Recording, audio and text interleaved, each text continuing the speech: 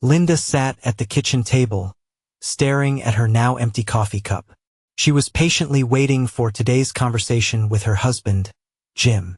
Luckily, their kids were still at the neighbors and were supposed to spend the night there.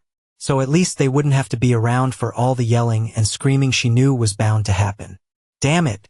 It all started with a little innocent flirting and a few lunches. How could she have let it spiral out of control? Linda had felt something was wrong for over a month, but after the last test she took, she knew she had to tell Jim about it. He had gotten up early and went to the store for something, so she sat there waiting for him to return. Linda heard the sound of the doorbell and, almost at the same time, the noise of a large truck in the driveway. Not expecting anyone besides her husband, she assumed someone had just gotten lost and was looking for directions. "Can I help you?" she said, opening the door. "Linda Gardner?" the man asked. "Yes, I'm Linda Gardner. How can I help you?" she asked again. "I have an order to pack up your things and move them to Southwest 10th Avenue, the man said, handing Linda a clipboard while simultaneously shouting to 4 men in the truck to start unloading boxes. "There must be some mistake. I never placed such an order," she told him, handing back the papers. "Yes, ma'am, I understand. The order was placed by Mr. Jim Gardner a week ago," he replied, showing her Jim's signature at the bottom of the form. "Look, my husband will be back soon, and I'm sure he can clear up this misunderstanding," Linda said. "Mrs. Gardner, I just came from your husband. 20 minutes ago, he told me to give you this envelope if you tried to stop me," the man said, handing Linda a large manila envelope. "Now, if you don't mind, could you show us the master bedroom? We were only given 1 hour to complete the job." Linda opened the envelope and glanced briefly at the piece of paper. Almost in a whisper, she told the worker, "The first room at the top of the stairs, on the right." The men quickly went upstairs and spent the next 40 minutes packing and carrying box after box down to the truck in the driveway. Occasionally, they tried to ask Linda a question, but she remained silent, mentally somewhere else.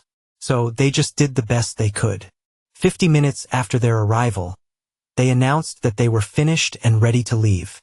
"I'll need your signature, Mrs. Gardner," the lead worker requested. Linda scrawled something at the bottom of the paper, and they left. Exactly 10 minutes later, Linda's father arrived. "Sweetheart," Ken said, looking at his daughter, stunned by what had just happened. "Jim asked me to come get you, knowing that you probably wouldn't be in any state to drive," he explained. "Your mother is waiting for us, and the movers will take your things. We'll put everything in the garage for now, and then we'll figure it all out," Ken told Linda, leading her out of the house. "This can't be happening," Linda said out loud as Ken helped her into the car. "Where is Jim?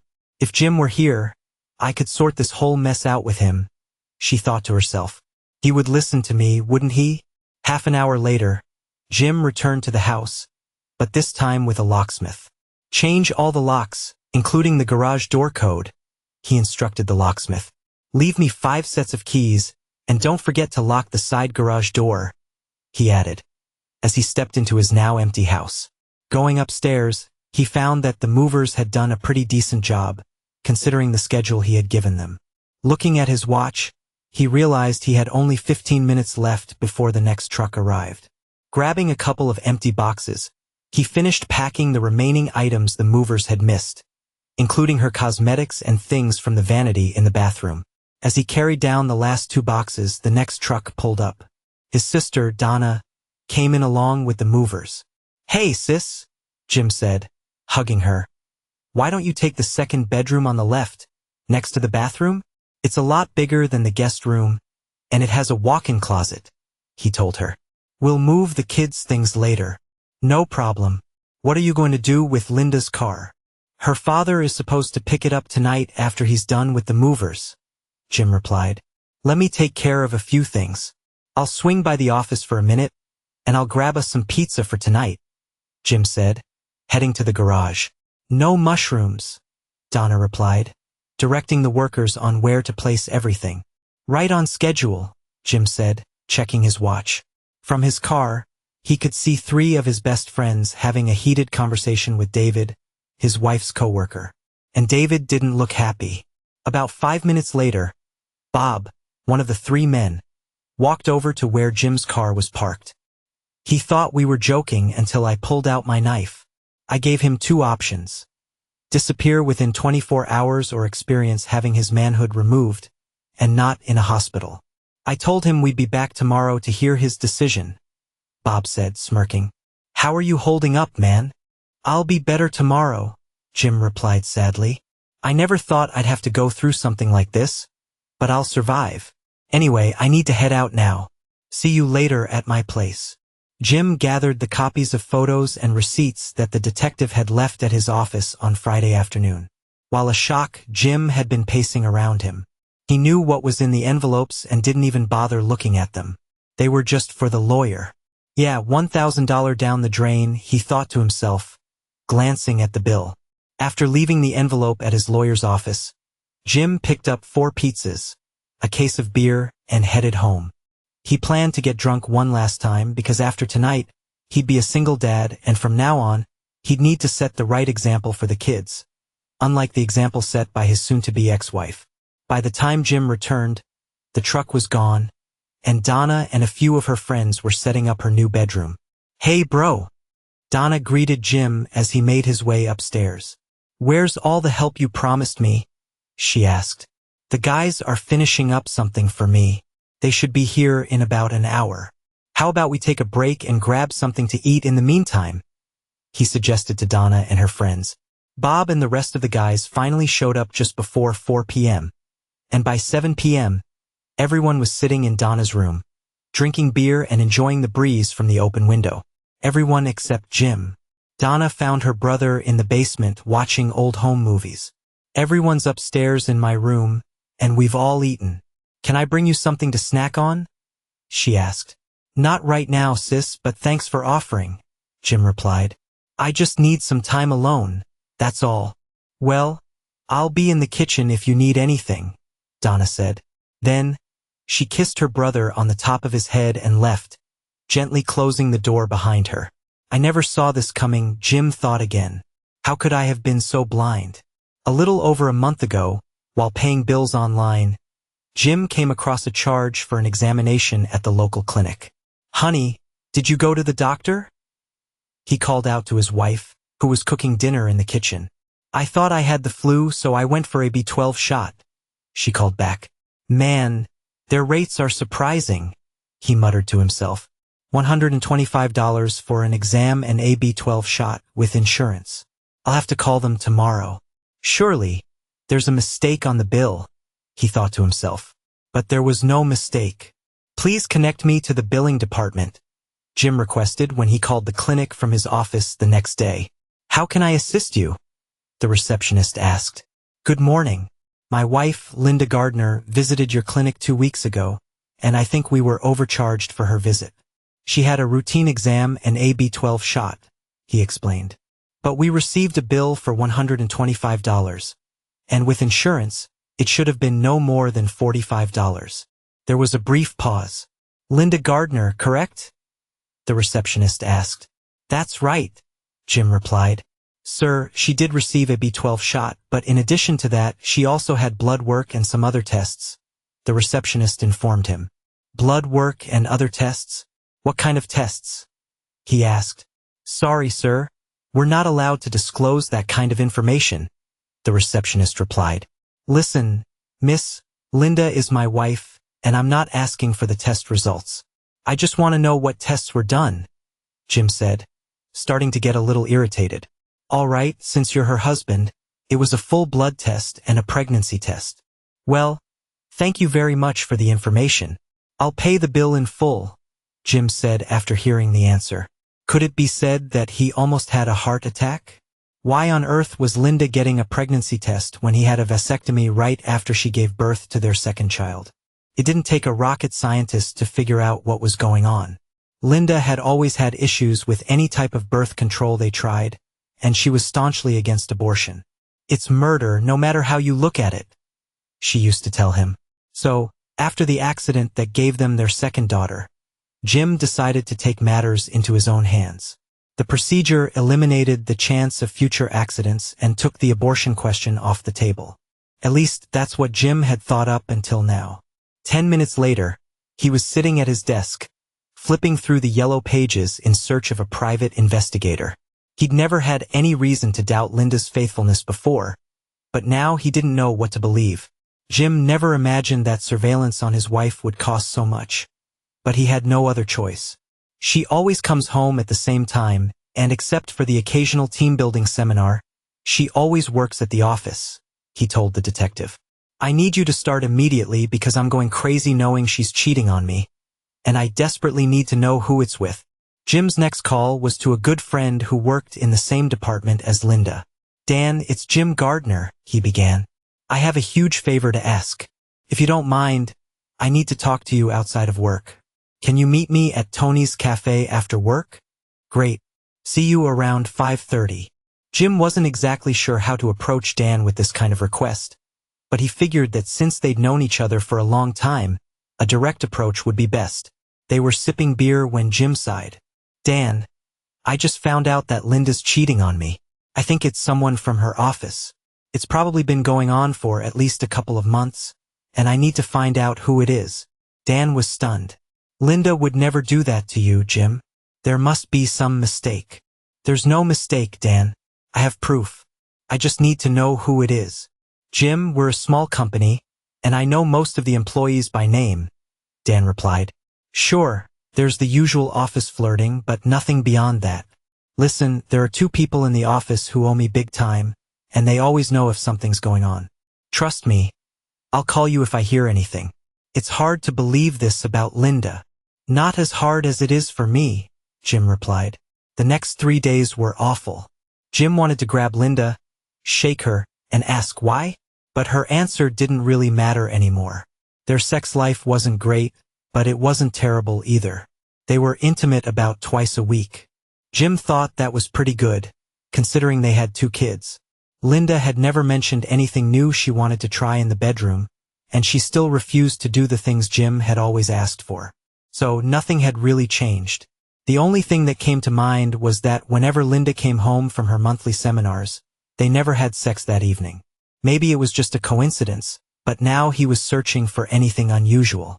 The seminars were always held on Friday afternoons at a hotel and lasted about 2 hours. Afterward, many of the employees would skip dinner and head to happy hour at the bar. On those nights, Jim would take the kids out for a bite or stop by his parents' house for dinner. He wouldn't see Linda until around 8 p.m., the time she usually got home. Now, he questioned everything in their marriage, trying to figure out why Linda had started cheating on him. On Friday morning, Dan called.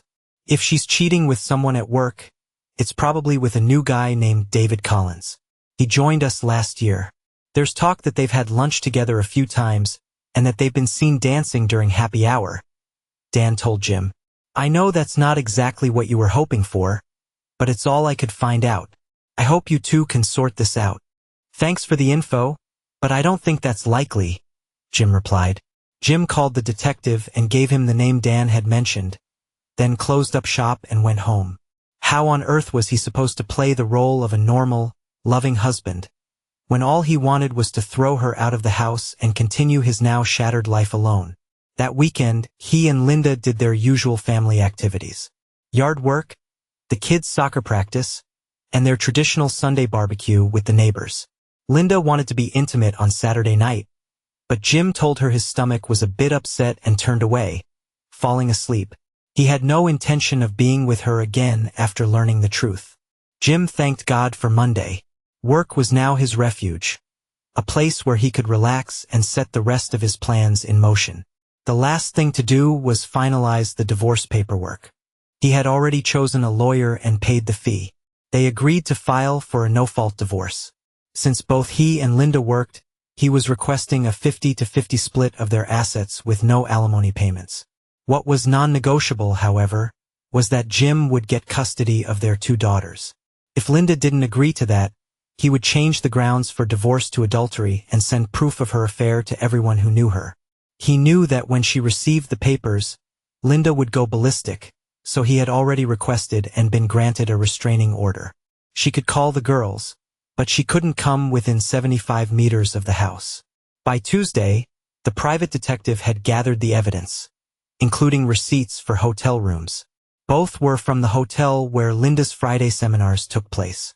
The receipts were in David's name. The detective had also obtained surveillance photos showing Linda and her lover walking hand in hand into a room, and in one shot, they were even kissing in the hallway. Jim said he had no desire to look at the photos. He instructed the detective to simply place everything in a manila envelope and drop it off at his office. He thanked him for the quick work and mentioned that the check would be mailed by Tuesday. By Friday, everything was set. The neighbors had agreed to watch the kids for the weekend. Both moving crews were scheduled. The locksmith was supposed to finish the work by 2 p.m. Lastly, all the paperwork was to be finalized on Monday and delivered to Linda on Tuesday afternoon. Linda has no idea what's coming, Jim thought to himself, and he hoped it would stay that way. Linda's story. I was sitting at the kitchen table, feeling sorry for myself when the movers arrived at the door. I told them to wait until Jim got back, but when the lead mover handed me an envelope, I saw what was inside and immediately knew Jim had found out everything. In the envelope was a copy of the pregnancy test I had taken at the clinic. At the time, I had initially thought I had the flu like everyone else, but the feeling just wouldn't go away. I didn't have any body aches. I just felt a little off.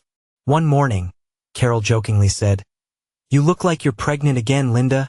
That was when the thought first crossed my mind that she might be right. When David started at our office, I had just turned 30 and was beginning to feel like an old married woman.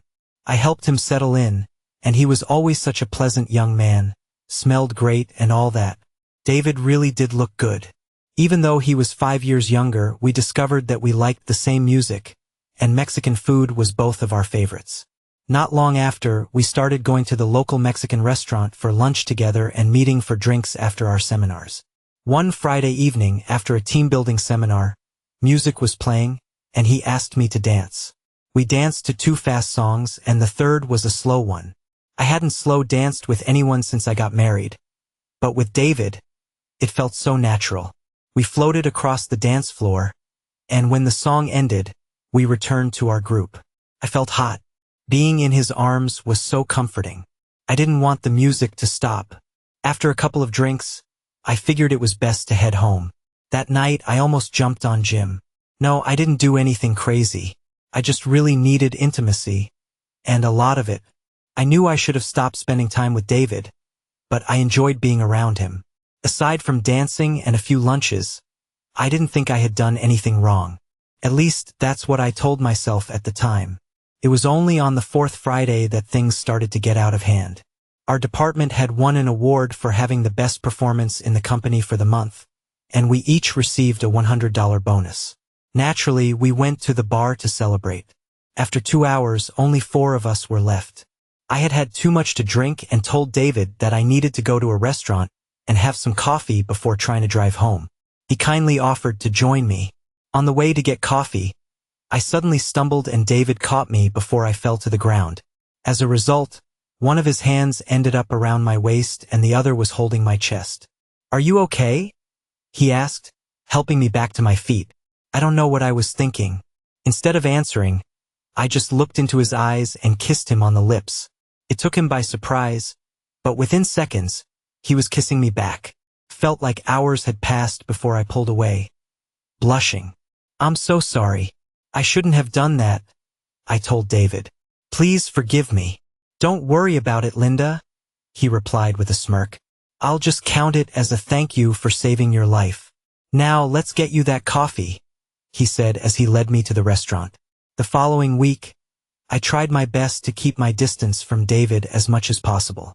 I found things to do during lunch and skipped happy hour on Friday. It was especially tough when I realized I got flushed every time I imagined being in David's arms. Thinking about him was a mistake on my part. 2 weeks later, I stayed for happy hour.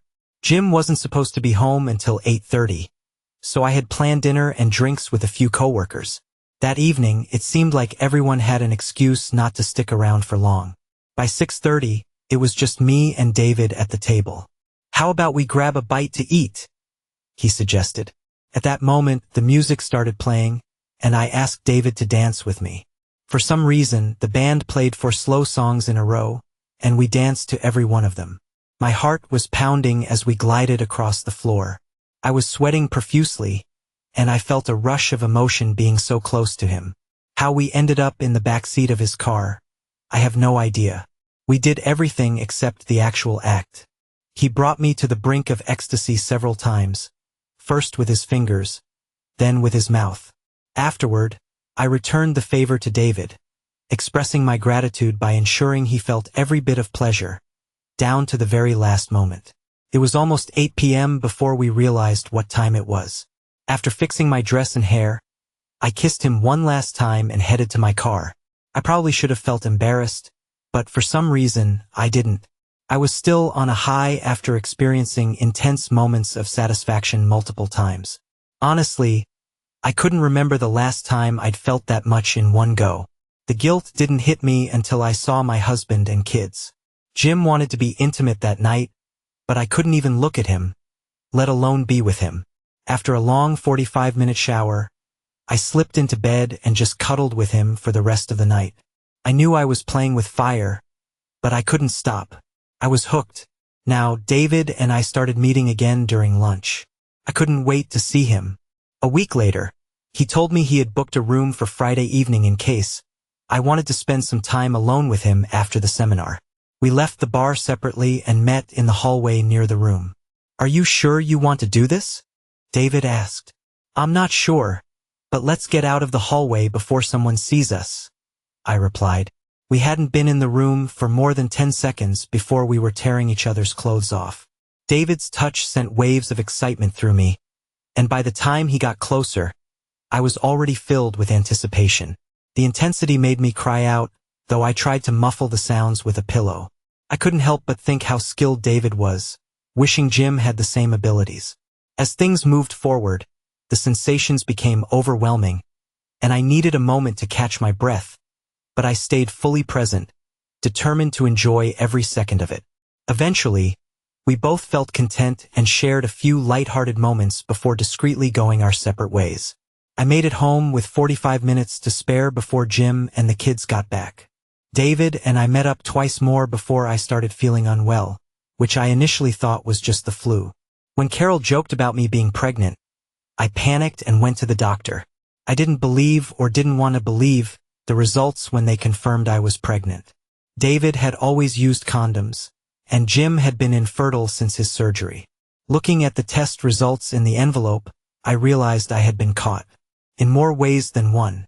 And so, Linda sat in the kitchen waiting for Jim to come home. She had been preparing herself to break the news to him. That's when her world came crashing down. Her marriage was over. In the aftermath, it became clear that Jim wanted to get his pound of flesh from both of them. He wanted David out of town, never to see his face again. And he wanted Linda to suffer for what she had done to their happy family. His unmarried sister Donna was moving into their house to help him with the 2 girls. For heaven's sake, what did he even know about raising daughters and dealing with women's issues? His parents were always there to support him, and he knew it wouldn't be easy, but they would all get through it. On Sunday evening, Jim sat the girls down next to Donna and explained that he and their mom were having some problems and that Aunt Donna would be staying with them for a while. Jim told them they could see their mom whenever they wanted, but she wouldn't be living with them anymore. They all cried and hugged, but a big bowl of ice cream helped soften the bad news. Jim. By Tuesday, Linda had been served, and though she called my cell about 20 times, I had nothing left to say to her. When she called the house, Donna answered. My sister also tried to explain that it was over, but Linda wasn't listening. I had canceled all our joint credit cards, removed her from my insurance and retirement account, and did everything else necessary during a divorce. Still, on Wednesday, I let her see the kids. Donna took the girls to meet their mom at my parents' house and stayed there until Linda left. I didn't see Linda again until we all sat down with the lawyers in their office. Linda's attorney started by making demands, one after another. When he brought up full custody of the children for Linda, I stood up and said I was leaving. "We're just getting started." "Where are you going?" he asked, surprised. "I'll say this only once," I replied quietly. "The terms are as they stand. Linda can see the kids whenever she wants, but I will have physical custody. She's carrying someone else's child, and my kids will not witness the birth of her illegitimate baby. Fight me on this or anything else, and I'll make sure the whole world knows exactly what kind of woman my soon-to-be ex-wife really is. So, I suggest you think long and hard before you open your damn mouth again. We took a short break to cool down. After reconvening, Linda said she agreed to all of my terms, and the papers were signed. I'm truly sorry, Jim. I don't know why I let this happen. I've always loved only you, my now ex-wife sobbed. I guess not enough, I replied. As I was leaving, I turned and looked at Linda. Since you both got so mixed up during that team-building seminar, maybe you can get compensation from the company. For a workplace injury. I smirked and walked out. For the last time,